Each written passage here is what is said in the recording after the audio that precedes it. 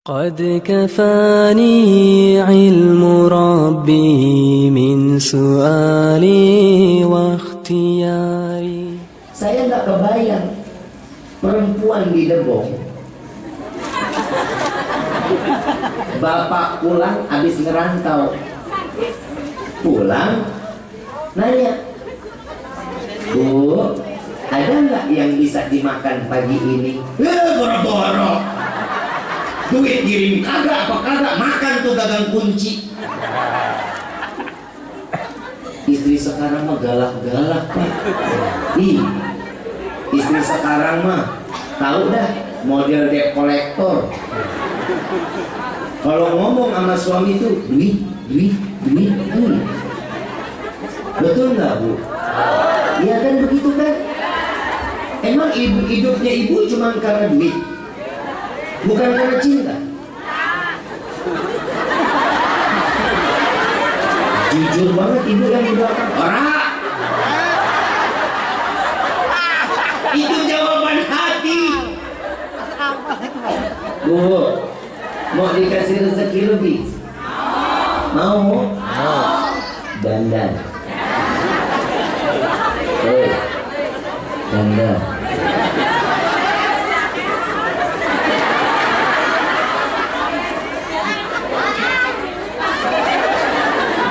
Paham?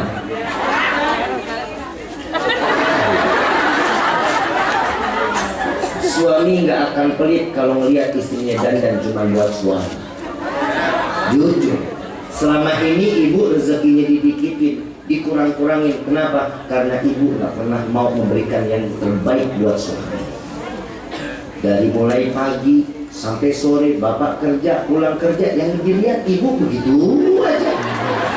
Rambut dicepol, muka berminyak bisa goreng tempe, begitu dicium bau kompor. Suami mana yang mau ngasih rezeki banyak? Dandan. Woi.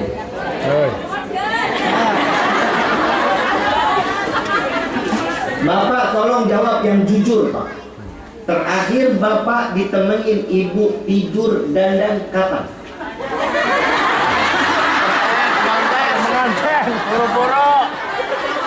Malam pertama itu tahun 80-an. Luar biasa. Bapak sedang melihat istri dandan nggak, Pak? Senang nggak, Pak? Modalin dong.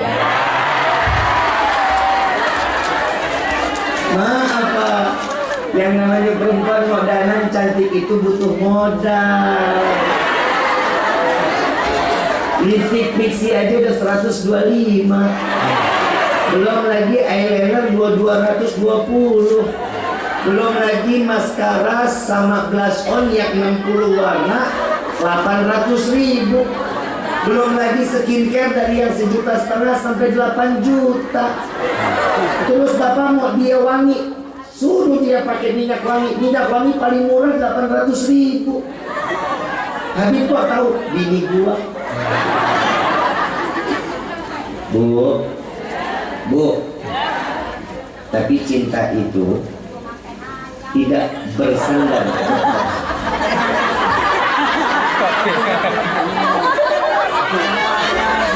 Ibu ngedumel aja. Udah terima aja, orang lagi dinasehati. Kalau orang dinasehatin hatinya ngedumel, berarti ada sakit. Sakit hati sama suami nggak pernah ngasih duit. Bu, cinta itu jangan pernah diukur dengan uang. Ya Bu ya.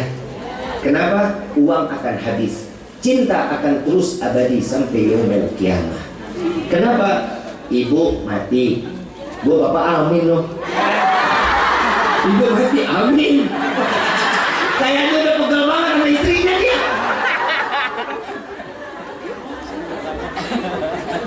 Bu, ibu meninggal duluan.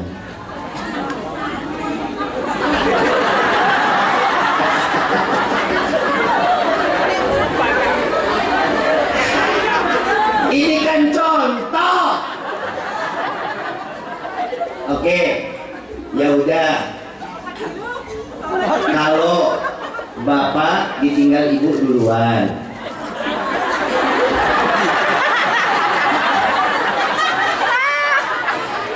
Sama aja ya.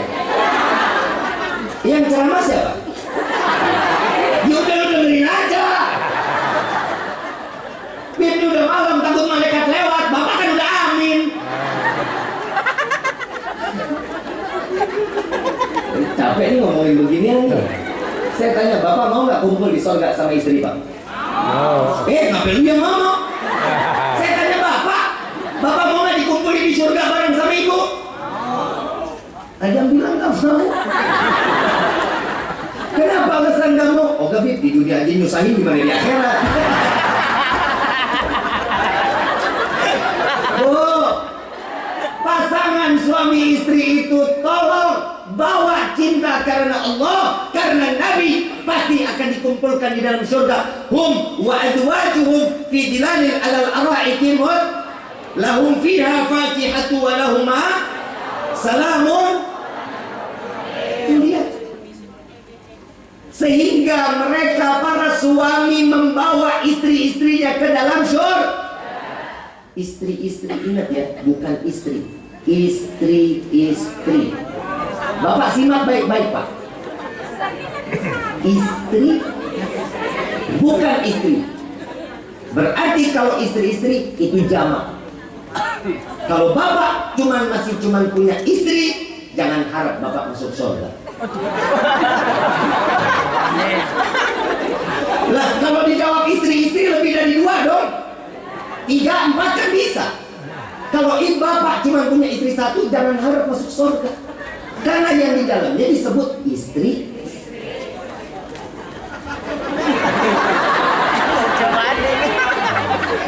Ibu nggak boleh. Nggak boleh. Nggak boleh. Nggak boleh. Bapak nikah lagi nggak boleh. Sama sekali. Ibu juga. Nggak boleh.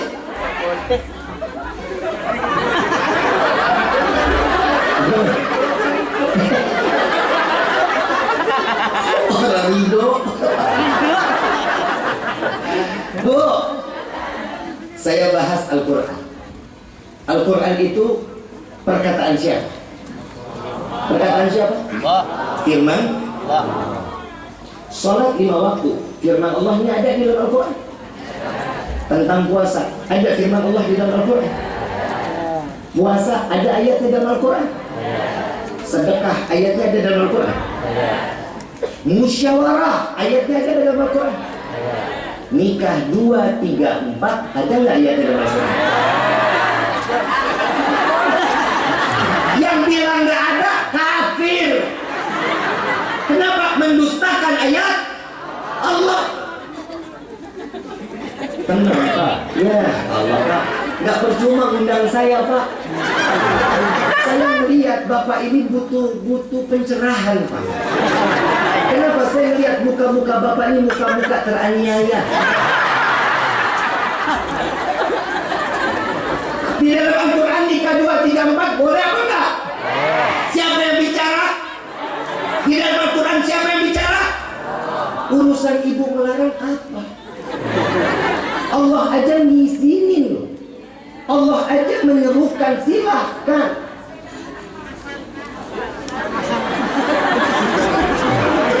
Emang ibu jauh lebih mulia gitu dari Allah? Udah mulai masuk nih Pak Eko. Bu, Ibu, jadi Bapak nikah lagi boleh nggak?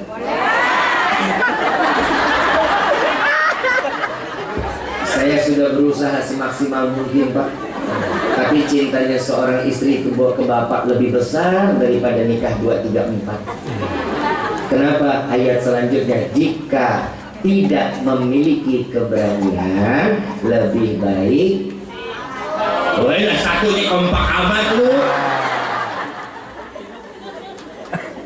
Bu, Pak, yuk kita ngerubah dong hidup kita yuk. Jangan lagi-lagi kita cuma sekedar masalah ekonomi. Karena ekonomi itu tidak akan pernah menganggap diri kita akan bahagia karenanya. Karena orang kebahagiaan itu kalau Allah dan Nabi ada di dalam hati, hidup kita bahagia. Kadang Allah itu ngasih ujian sama kita sesuai dengan apa yang ada kadarnya di dalam diri kita. Keadaan manusia yang diuji terima, ada yang enggak. Padahal Allah jelaskan di dalam Al-Quran, fa inna ma'al usri yusran, inna ma'al. Yakin enggak sama perkataan Allah? Kalau yakin, semua berarti di sini masih memiliki iman kehadapan Allah. Tapi saat Isra wal Mi'raj Nabi, enggak semuanya percaya dengan apa yang dikatakan Rasulullah. Provokatornya ada Abu Lahab. Abu Lahab ini provokator yang mempecah belahkan daripada umat Quraisy saat itu. Ahli Arab terpecah karena provokasi daripada Abu Lahab. Saat Nabi turun sampai di kota Mekah, menyampaikan kepada umat, aku telah menjalankan perintah Allah berupa Isra wal Mi'raj. Yang aku dari Mekah berjalan ke Masjidil Aqsa, dari Masjidil Aqsa aku berjumpa dengan Allah ke Sidratil Muntaha. Sampai aku kembali lagi ke Aqsa, setelah itu aku kembali ke Mekah dalam waktu yang singkat. Abu Lahab ketawa Abu Lahab, "Hei Muhammad, engkau sudah gila. Mekah ke Aqsa itu kurang lebih perjalanan sekali jalan 3 bulan. Berarti pulang pergi 6 bulan. Engkau mengatakan dengan sepertiga malam, dengan waktu yang singkat, engkau gila." Semua saat itu ahli Arab, kaum Quraisy saat itu tidak semuanya percaya dengan omongan Nabi, terpengaruh dengan Abu Lahab, sampai mereka ada yang murtad, keluar dari agama Allah, menjauhkan Nabi Muhammad SAW. Abu Lahab ngerasa provokasinya ini berhasil, dia ketok rumah Sayyidina Abu Bakar. "Assalam ya ahlan ya Abu Bakar." Dibuka pintu. "Ada apa wahai Abu Lahab?" "Engkau telah mendengar ceritanya Muhammad." "Cerita apa?" "Tentang kegilaan Muhammad." "Iya, apa?" "Aku mendengar Muhammad baru cerita di hadapanku dan aku mendengar dia mengatakan dari Mekah pindah ke Aqsa, dari Aqsa dia berjumpa dengan Tuhannya, lalu kembali lagi ke Aqsa, lalu kembali lagi ke Mekah dalam waktu yang singkat. Engkau masih percaya dengan Muhammad ya Abu Bakar?" Apa jawaban Sayyidina Abu Bakar? "Benarkah Muhammad bilang begitu?" "Iya." "Benarkah Muhammad telah menyatakan hal yang seperti gilanya seperti itu?" "Iya." "Wallahi, jika ada perkataan Muhammad yang lebih gila dari ini, aku orang yang pertama percaya kepada Nabi Muhammad SAW." Ini namanya iman. Iman tanpa keraguan. Imannya beliau tanpa keraguan. Kenapa? Karena imannya sudah terpatri. La ilaha illallah Muhammadur. Kalau kita ini iman kadang suka kegade. Apalagi zaman pilpres begini. Indomie 2 bungkus, jadi duit 200, ayo. Maaf, kita ini mukmin, imannya teguh, kuat. Siapa yang baik di depan mata, itu yang kita pilih.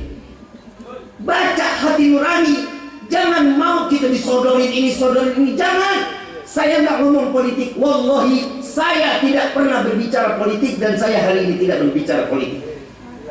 Habib pilih yang mana? 1, 2, 3. 3-3-nya saya nggak bakal milih. Saya pilih yang keempat. Soalnya saya ceramah tangan begini di foto, Habib telah mendukung paslon ini. Saya begini, Habib telah mendukung paslon ini. Saya begini, ditawah terus-terusan. Saya 4 sekarang. Apa yang keempat? Mudah-mudahan Indonesia jadi baldatun thayyibatun wa rahmatun. Amin ya Rabbal. Ini yang kita minta. Kadang manusia itu suka nyari momen. Begitu ada tangan nunjuk, foto. 2 foto. Media sosial ini kadang buruk. Ceramah panjang diambil cuma 20 detik. Coba kalau dia 1,5 jam dia dengar ceramahnya, kan masuk. Yang 20 detik pas saya lagi ngomong celengan semar.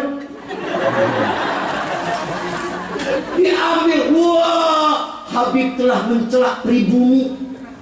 Lah, apa dasarnya? Saya mau ceritakan di sini, ini terlalu panjang. Tapi yang jelas, saat saya turun dari mobil, orang yang saya tunjuk celengan semar tersebut dalam keadaan tidak sadarkan diri atau mabuk. Saat saya buka pintu, saya turun, beliau dengan kelompoknya ada di samping saya mengatakan, ih, Habibnya mancung kayak Pinocchio. Saya marah, enggak. Tapi saya salut, walaupun mabuk masih mau ngaji. Begitu saya duduk depan panggung, kelompoknya ada di depan saya. Gatonya lagi ngaji, lagi nuangin lagi, sambil dengerin ceramah sambil mabuk, kan kurang ajar. Apa kata Allah? Jika dia menghinakan agama, maka hinakan kembali. Maka itu yang saya contohkan. Saya tunjuknya ke dia. Jamaah ketawa. Orang gue melucu, lu nya aja yang baper. Betul apa enggak? Saya maaf, beribu maaf. Saya ceramah dengan sesuai porsi. Orang kita ini orang timur, Bu. Pak, kita ini orang timur, orang Indonesia tulen. Jangan ikutin gaya ke barat-baratan. Kalau yang mau mabuk, biarin sono yang mabuk. Eropa pantas, hidung mancung, mata coklat. Betul? Betul. Dia sekali minum 300.000. Sekali minum. Mabuk pantas, muntah. Iya. Minumannya mahal, udaranya minus. Orang debong mabuk nggak pantas. Maaf, 300.000 satu cangkir nih seloki. Jack Daniel, Black Label, Smirnoff, Jameson. Habib Husin, tolong jawabin Habib. Katanya Sultan lu sekali minum hangat dari ujung rambut sampai ujung kaki. Orang bule, orang barat, kalau dia minum makanannya bagus, spaghetti, pizza, burger.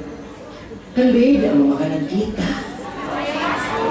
Ini kita udah panas, di pesisir, mabuk tengah hari bentet. Tahu tengah hari bentet?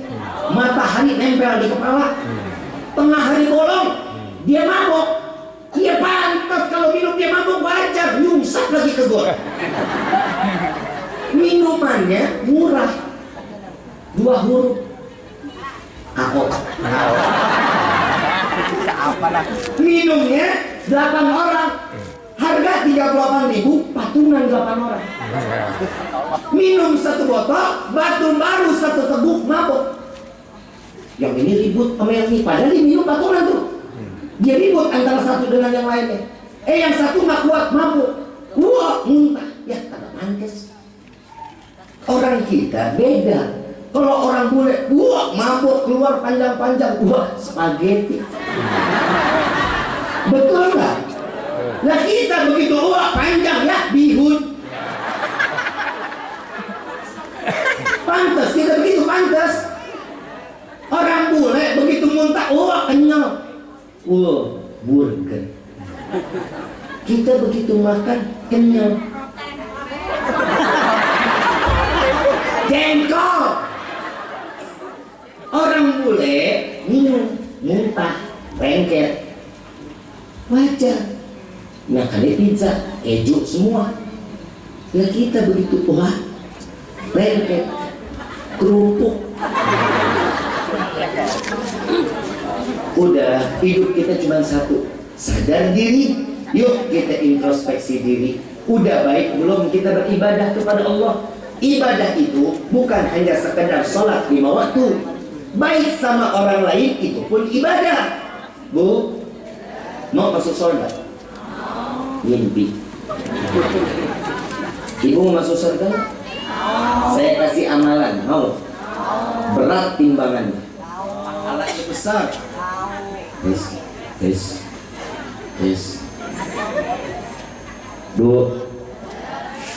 Timbangannya besar pahalanya. Nggak pakai tenaga, nggak pakai modal, tapi amalnya di hadapan Allah pahalanya besar. Mau apa enggak? Senyum. Senyum ya. Mulai sekarang senyum sama suami, senyum sama tetangga, senyum. Pagi, siang, sore, senyum, senyum.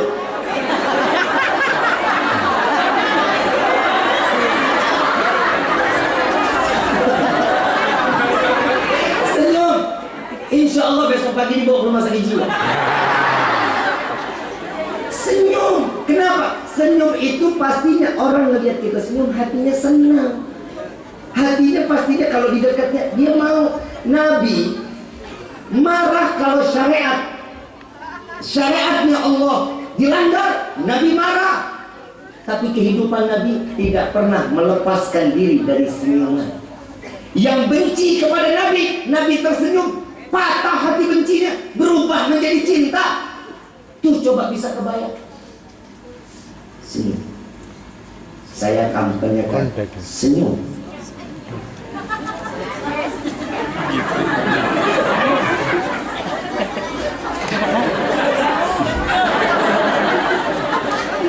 Kalau orang senyum kan kelihatan bahagia.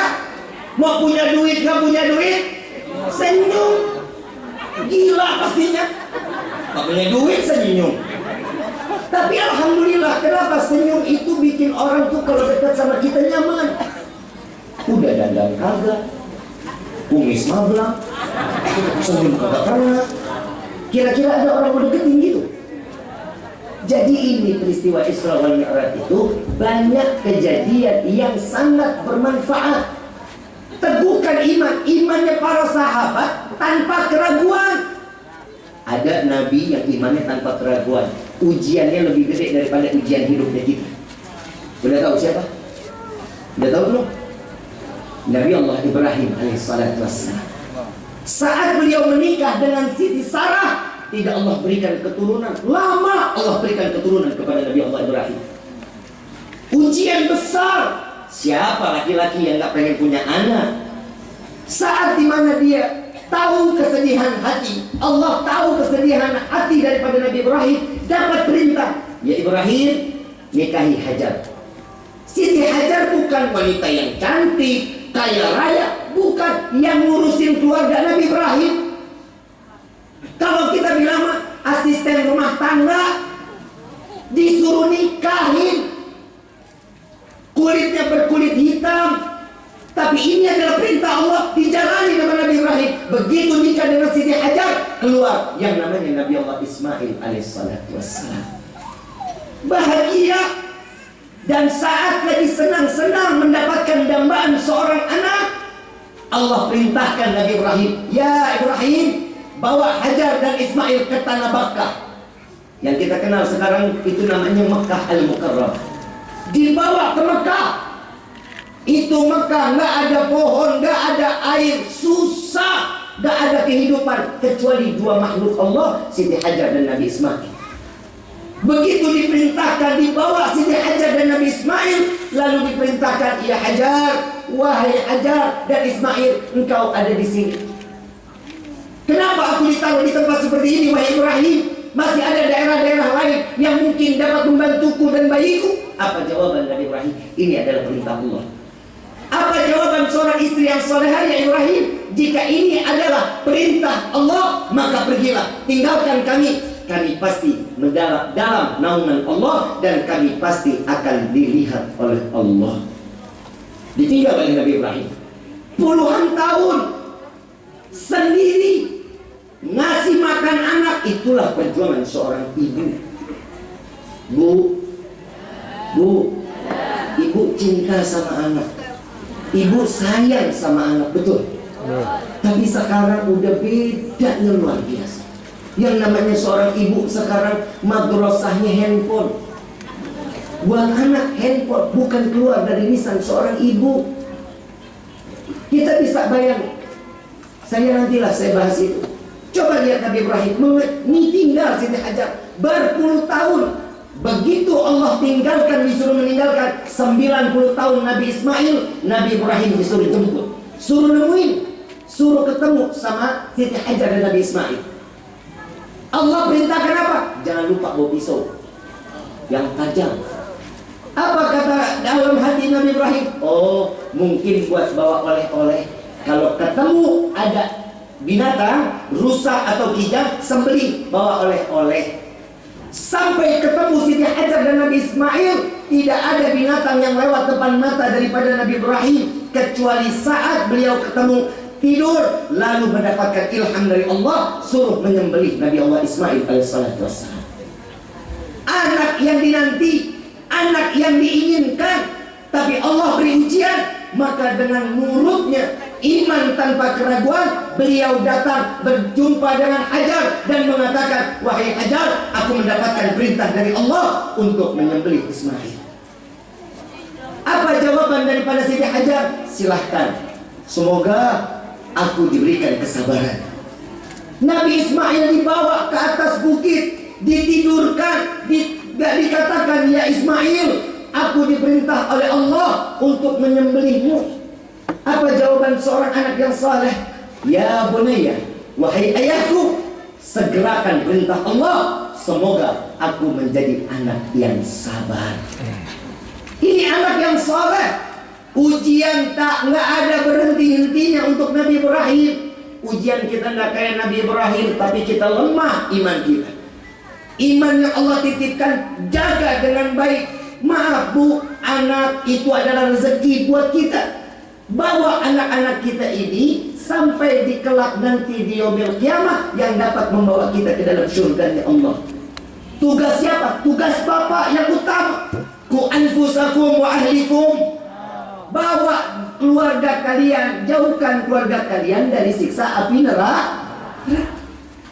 Coba bu, saya mau tanya, anak marah, ngomel, nangis, berhenti enggak kalau ibu nasihatin? Berhenti? Berhenti? Yakin ini berhenti? Dikasih handphone? Berhenti nangis ya? Ngamuknya? Berhenti? Surga ada di bawah telapak kaki siapa? Sekarang udah gak ada. Berarti sekarang surga ada pada kuota. Bu, jaga anak-anak kita. Bapak tanggung jawab bapak, Pak.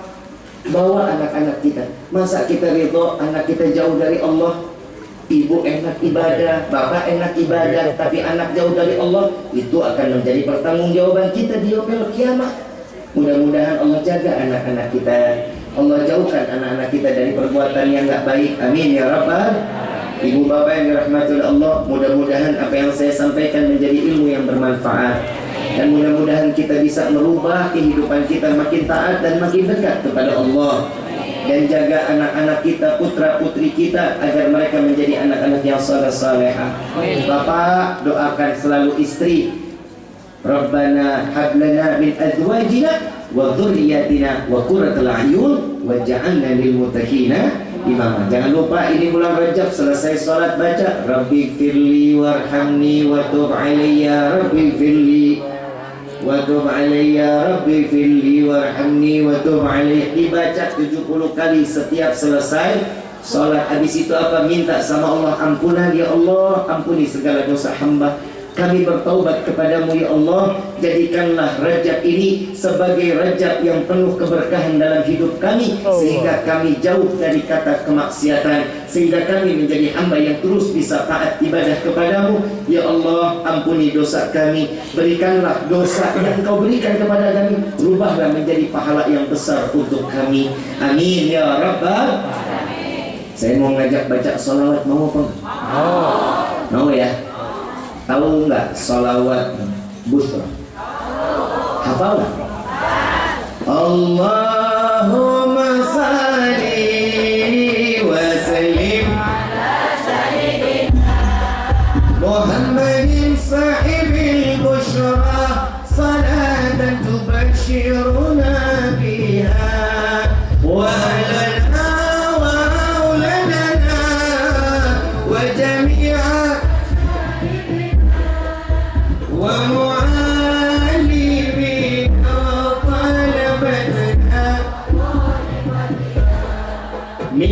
إلى أداء الله يوم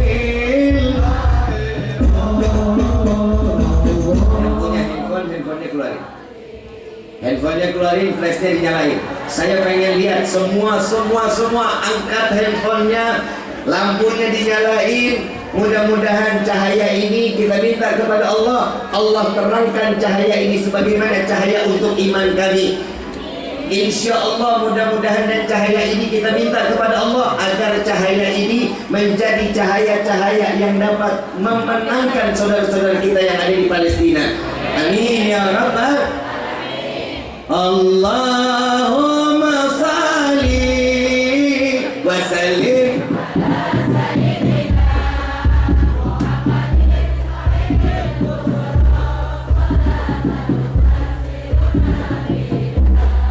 wa ahlana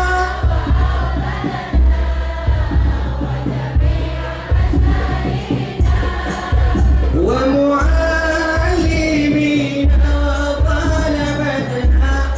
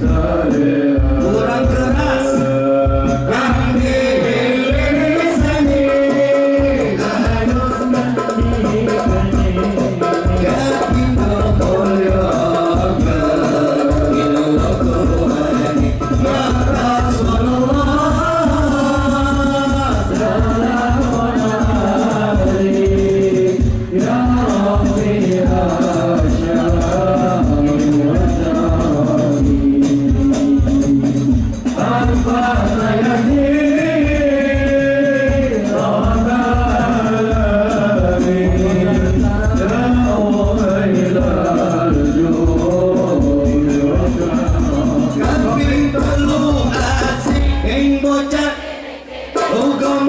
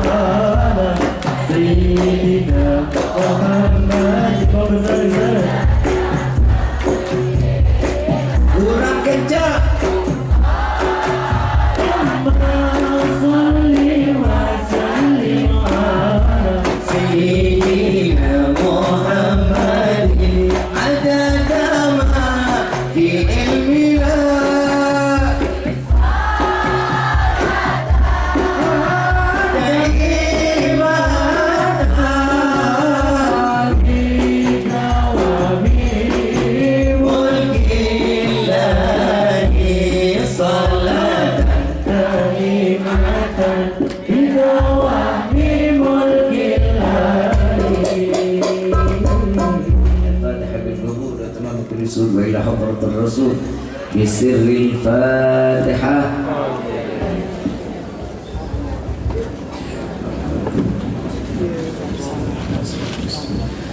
صراط الذين أنعمت عليهم غير المغضوب عليهم ولا الضالين. ربي فانفعنا ببركتهم واهدنا الحسنى بحرمتهم وأنتنا في طريقتهم والمعافاة من الفتن. يا قلب ألوي الشفاعة، يا قلب ألوي الشفاعة، يا قلب ألوي الشفاعة. كل قربة تنجلي بكم بكل أهل الولاية، كل حاجة قضي، كل حاجة قضي، كل حاجة قضي. تركي حل المدينة، تركي حل المدينة، تركي حل المدينة. يا كريم وآلها، يا كريم وآلها، يا كريم وآلها. واعف عنا يا كريم، واعف عنا رحيم يا فارج الحم، يا كاشف الغام، يا من لعبده يغفر ويرحم. دعواهم سبحانك اللهم تحت في الصلاة وآخر دعوانا عن الحمد لله رب العالمين. أيها الحاضرون جماعة رحمكم الله. Mohon bukakan pintu maaf dan seluas-luasnya apabila ada bahasa yang kurang baik keluar dari lisan ini, semua karena daripada kebodohan al-fakir. Apabila ada ilmu yang bermanfaat, semua datangnya dari Allah Subhanahu wa taala. Wal afu minkum. Wassalamualaikum warahmatullahi wabarakatuh.